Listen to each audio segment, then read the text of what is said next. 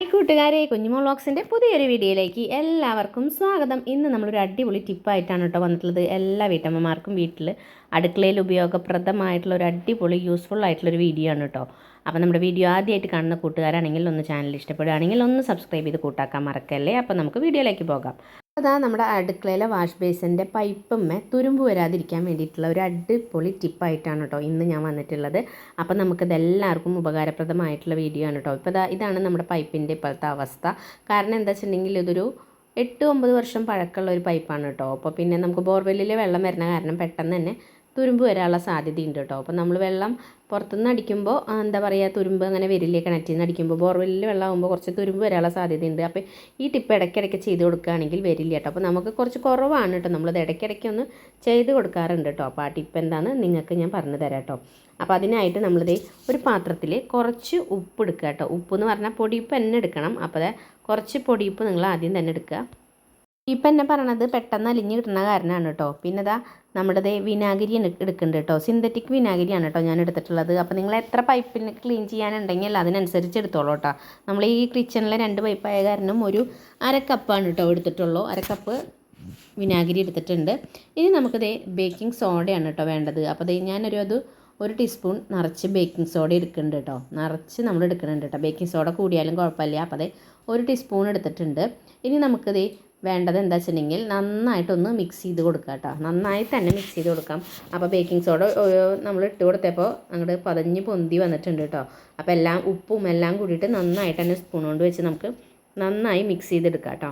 പിന്നെ എന്താ വെച്ചിട്ടുണ്ടെങ്കിൽ നമുക്ക് എന്തെങ്കിലും തുണി വെച്ചിട്ട് അങ്ങനെ ഈ ലിക്വിഡ് വെച്ചിട്ട് നമുക്ക് ഇതാക്കാം കേട്ടോ. അപ്പോൾ ഞാനൊരു ചെറുനാരങ്ങയുടെ തൊലി ഇവിടെ ഇരിക്കുന്നുണ്ടായിരുന്നു. അപ്പോൾ ജസ്റ്റ് കുറച്ച് നീര് അതിലേക്ക് പിഴിഞ്ഞു കൊടുത്തിട്ട് ഈ തൊലി ഒന്ന് എടുക്കാമെന്ന് വെച്ചു. നല്ലൊരു സ്മെല്ല് കിട്ടും കേട്ടോ. ചെറുനാരങ്ങ കൂടി നമ്മളിത് പൈപ്പ് കഴുകാൻ ഉപയോഗിക്കുകയാണെങ്കിൽ സൂപ്പറായിരിക്കും കേട്ടോ. അപ്പോൾ ഞാൻ ഈ ചെറുനാരങ്ങയുടെ തൊലി വെച്ചിട്ടാണ് പൈപ്പ് ഉരച്ചു കൊടുക്കണം കേട്ടോ. നിങ്ങൾക്ക് സ്പോഞ്ച് എന്തെങ്കിലും ഉണ്ടെങ്കിൽ സ്ക്രബ്ബ് നിങ്ങൾ ഉപയോഗിക്കരുത് കേട്ടോ. സ്പോഞ്ച് ഉണ്ടെങ്കിൽ നിങ്ങൾ അത് വെച്ചിട്ട് ഉരച്ച് മതി കേട്ടോ. അപ്പോൾ നന്നായിട്ട് ചെറുനാരങ്ങയുടെ നീരും കൂടി ഉണ്ടായിരുന്നു. അപ്പോൾ നന്നായിട്ട് ഞാനൊന്ന് മിക്സ് ചെയ്ത് കൊടുക്കുന്നുണ്ട്. അപ്പോൾ ഒരു പ്രത്യേക സ്മെല്ലാട്ടോ ചെറുനാരങ്ങയുടെ നീരും കൂടി ആകുമ്പോൾ. പിന്നെ നമ്മുടെ വാഷ് ബേസിൻ്റെ മുകളിൽ നമ്മൾ കുറച്ച് ആദ്യം 3 സ്പൂൺ കൊണ്ട് എന്തെങ്കിലുമൊക്കെ ഒന്ന് ജസ്റ്റ് പൈപ്പമ്മയ്ക്ക് എത്തിച്ച് കൊടുക്കുക. പിന്നെ നമ്മുടെ ഈ ചെറുനാരങ്ങയുടെ തൊലി മുക്കിയിട്ട് ഈ ലിക്വിഡിൽ മുക്കിയിട്ട് നന്നായിട്ട് അങ്ങോട്ട് ഉരച്ച് കൊടുക്കുക കേട്ടോ. ഉരയ്ക്കുമ്പോൾ തന്നെ കണ്ടാൽ നല്ലോണം തിളങ്ങും കേട്ടോ. നല്ലോണം വെട്ടി തിളങ്ങും. മങ്ങിയ പൈപ്പൊക്കെ ഈ കുഴൽക്കിണറിലെ വെള്ളമൊക്കെ ആകുമ്പോൾ ആകെ ഒരു കുത്തുകൾ വരും പൈപ്പിൻ്റെ മുകളിലും. പിന്നെ നമ്മൾ വാഷ് ബേസിനിലായാലും വരും കേട്ടോ. അപ്പോൾ ഇതേപോലെ ഇത് ഇടയ്ക്കൊക്കെ ഇങ്ങനെ ചെയ്ത് കൊടുക്കുകയാണെങ്കിൽ നമ്മുടെ വാഷ് ബേസിൻ അടിപൊളിയായിട്ട് വെട്ടി തിളങ്ങും. നന്നായിട്ട് ഈ തുരുമ്പൊക്കെ നമ്മുടെ എഡ്ജുകളിൽ ചെറിയ ഗ്യാപ്പുള്ള ഭാഗങ്ങളിലൊക്കെ തുരുമ്പുണ്ടാവും കേട്ടോ. ആ തുരുമ്പിൽ നന്നായിട്ട് ഈ ലിക്വിഡ് വെച്ചിട്ട് ഉരച്ച് കഴുകുക. കണ്ട ഈ പൈപ്പിൻ്റെ ഈ സൈഡിൽ ഭാഗത്ത് നല്ലോണം തുരുമ്പുണ്ട്. അപ്പോൾ നന്നായി തന്നെ ഇതുകൊണ്ട് ഉരയ്ക്കുക. അപ്പോൾ സ്ക്രബൊക്കെ ഇട്ട് ഉരച്ച് കഴിഞ്ഞിട്ടുണ്ടെങ്കിൽ ആകെ കോറിൽ വീഴുള്ളൂ. പിന്നെ നിങ്ങൾ എന്തെങ്കിലും കയ്യിൽ എന്തെങ്കിലും ഇട്ടിട്ട് നിങ്ങൾ ചെയ്തോളൂ കേട്ടോ. എന്തെങ്കിലും അലർജിയും കാര്യങ്ങളൊന്നും വരരുത്. കാരണം സുറുക്കിയും നമ്മുടെ ബേക്കിംഗ് സോഡയൊക്കെ ആയ കാരണം ചിലർക്ക് പറ്റില്ല. അപ്പോൾ ഈ സാധനം വെച്ച് ജസ്റ്റ് ഇങ്ങനെ കവറെങ്ങനെ ഇട്ടിട്ട് ഉരയ്ക്കുകയാണെങ്കിൽ കൈക്കൊന്നും നിങ്ങൾക്ക് കംപ്ലൈൻറ്റ് വരില്ല കേട്ടോ. കൈ ഗ്ലൗസോ എന്തെങ്കിലുമൊക്കെ ഇട്ടിട്ട് ജസ്റ്റ് ഉരച്ചോളൂ. നിങ്ങൾ ഡയറക്റ്റായിട്ട് ഇങ്ങനെ സ്പോഞ്ചും എന്തായാലും നിങ്ങൾ ഇങ്ങനെ ഉരയ്ക്കുമ്പോൾ നിങ്ങളുടെ കൈക്ക് ചിലവർക്ക് പറ്റില്ല. അപ്പോൾ നമ്മൾ വാഷ് ബേസിൻ്റെ ഉള്ളിലും നമുക്ക് ഈ ലിക്വിഡ് ഒഴിച്ചിട്ട് കഴുകാം കേട്ടോ. അപ്പോൾ നല്ലോണം തിളക്കം കിട്ടും.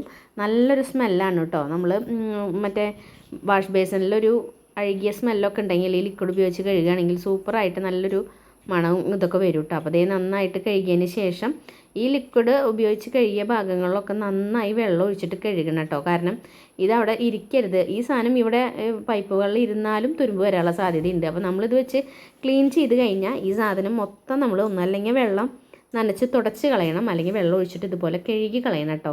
നന്നായിട്ട് ആ ലിക്വിഡ് പോകണം. നമ്മുടെ പൈപ്പുമെന്നും വാഷ് ബേസിന്നും മൊത്തമായിട്ട് ഈ ലിക്വിഡ് പോകണം. എന്നാലാണ് പിന്നെ അല്ലെങ്കിൽ ഇതിരുന്നാൽ പോലും തുരുമ്പ് വരാനുള്ള സാധ്യതയുണ്ട് കേട്ടോ. അപ്പോൾ നിങ്ങൾ എന്തായാലും ശ്രദ്ധിച്ചോളോ ചെയ്യുമ്പോൾ.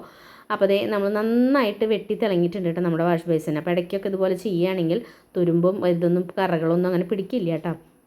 അപ്പോൾ എൻ്റെ വീഡിയോ അതിൻ്റെ PR അപ്പോൾ നിങ്ങൾക്ക് വീഡിയോ ഇഷ്ടമായെങ്കിൽ നിങ്ങൾ ലൈക്ക് ചെയ്യാനും സബ്സ്ക്രൈബ് ചെയ്യാനും കമൻറ്റ് ചെയ്യാനും ഷെയർ ചെയ്യാനൊന്നും മറക്കല്ലേ കേട്ടോ. അപ്പോൾ അടുത്തൊരു ദിവസം പുതിയൊരു വീഡിയോ ആയിട്ട് വരാം. അതുവരേക്കും എൻ്റെ എല്ലാ കൂട്ടുകാർക്കും ടാറ്റ ബൈ ബൈ.